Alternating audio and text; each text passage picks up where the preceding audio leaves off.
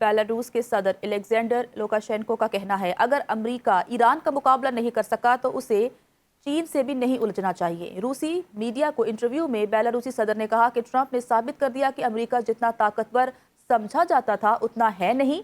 امریکہ کے اصل مفادات تیل اور گیس کے وسائل پر کنٹرول حاصل کرنا ہے۔ اپنے مفادات کے حصول کے لیے امریکہ ہر ممکن راستہ اختیار کرتا ہے۔ آبنائے ہرمز اسلامی جمہوریہ ایران کے کنٹرول میں ہے اور امریکی ناکہ بندی ختم ہونے تک ایرانی بندرگاہوں پر آمد و رفت محدود رہے گی۔ ایرانی پارلیمنٹ کے اسپیکر باقر کالیباف نے ایک انٹرویو میں کہا کہ آبنائے ہرمز میں بارودی سرنگوں کا خاتمہ جنگ بندی کی خلاف ورزی ہے۔ امریکی ناکہ بندی ایک جاہلانہ فیصلہ ہے۔ کالیباف نے واضح کیا کہ دوسرے ممالک آبنائے ہرمز سے گزر سکتے ہیں لیکن ایران کے لیے یہ ناممکن ہے۔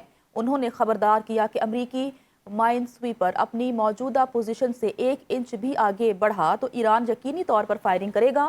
مزید کہا کہ اسلام آباد میں مذاکرات کے دوران امریکی وفد کو اس بات کی واضح اطلاع دی گئی ہے۔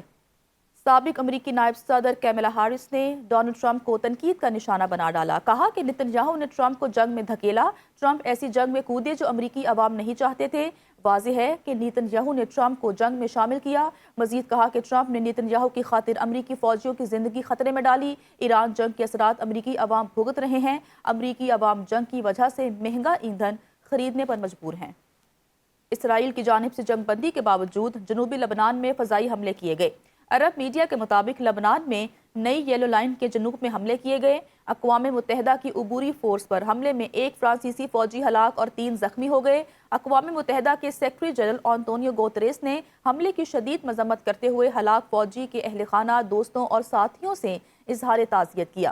آنطونیو گوتریس نے کہا کہ لبنان میں خدمات انجام دینے والے آمن فوجیوں کی ہلاکت کا یہ تیسرا واقعہ ہے اور یہ حملے فوری طور پر بند ہونے چاہیے۔ انہوں نے فریقین پر زور دیا کہ وہ دشمنی ختم کریں اور جنگ بندی کا احترام کریں تاکہ خطے میں امن قائم رہ سکے۔ برطانوی پارلیمنٹ میں اسرائیل کے خلاف ہنگامی تحریک پیش۔ برطانوی رکن پارلیمنٹ رچرڈ برگن نے تحریک پیش کی۔ تحریک پر 75 رکن پارلیمنٹ نے دستخط کیے۔ جیرمی کوربن اور برینڈن اوہارا بھی دستخط کرنے والوں میں شامل۔ اسرائیل کے غزہ مغربی کنارے اور لبنان میں اقدامات پر پابندیوں کا مطالبہ۔ تحریک کے مطابق اسرائیل فلسطین کی زمین پر قبضے کو باضابطہ شکل دینا چاہتا ہے۔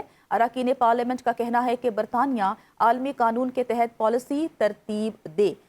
آپ کو بتا رہے ہیں کہ جیرمی کوربن اور برینڈن اوہارا نے بھی اس تحریک میں دستخط کیے ہیں۔ Chief of defence forces field marshal Syed Asim Munir اور وفاقی وزیر داخلہ محسن نقوی کا ایران کا 3 روزہ دورہ مکمل۔ اس دوران ایرانی صدر مسعود پزشکیان سے اہم ملاقات ہوئی جس میں علاقائی صورتحال پر تبادلہ خیال کیا گیا۔ ISPR کے مطابق فیلڈ مارشل اور وزیر داخلہ نے ایرانی قیادت سے اعلیٰ سطح کی ملاقاتوں میں امن و استحکام پر زور دیا۔ خطے میں پائیدار امن کے لیے مشترکہ حکمت عملی پر گفتگو کی۔ فیلڈ مارشل نے مکالمے اور کشیدگی میں کمی پر زور دیا۔ ایران کی جانب سے پرتپاک مہمان نوازی پر اظہار تشکر کیا۔ پاکستان نے ایران کے ساتھ برادرانہ تعلقات مزید مضبوط بنانے اور مشرق وسطیٰ تنازع کے حل کے لیے کردار کا اعادہ کیا۔